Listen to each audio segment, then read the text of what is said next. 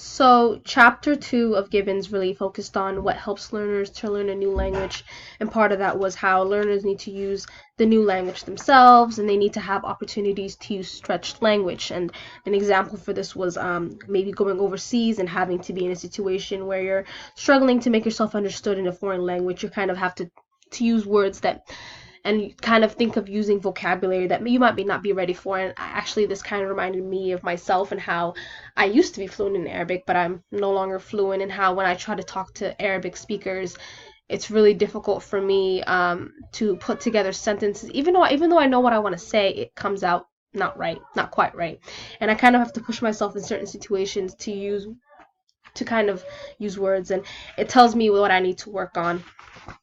Um, Book also kind of talks about how learners need opportunities to build on the resources of their mother tongue, which I thought was really interesting. I know a lot of research now says that it's really important to develop not just the English language, but also the home language, which is something that was not really a thing when I was learning English. It was kind of like, okay, you need to kind of put your second language, to the back.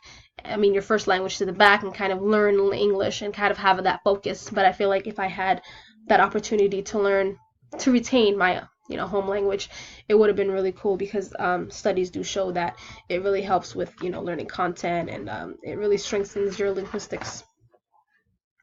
The book also talks about the IRE pattern, which is initiation, response, and evaluation. Basically the teacher talks, asks a question, the student responds, and then the teacher evaluates what they're saying. And there's definitely a place for these kinds of interactions, but I know in science especially, we're trying to kind of move away from that with the new, approach on inquiry-based classrooms. We're trying to have kids, we're encouraging more of that dialogic approach, where students are kind of had that dialogue with the teachers, and they're able to voice their opinions, and they're be able to take it seriously and come up with their own, ideas and all that.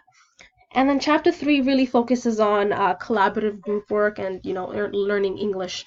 And it gave some strategies on it gave strategies and suggestions for group and pair activities across the curriculum.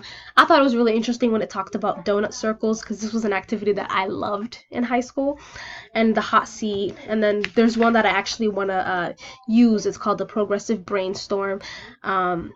I know in my tutorial spot right now, my teacher wants me to kind of teach a mini lesson maybe, and I think this is an activity that I would love to use, the progressive brainstorm, where each group has a poster, and then they write what they think, what they know about the idea, and then they kind of switch around between groups, and then at the end they all get to see what everybody else wrote. I think this would be a great way to kind of gauge what students already know. So, thank you.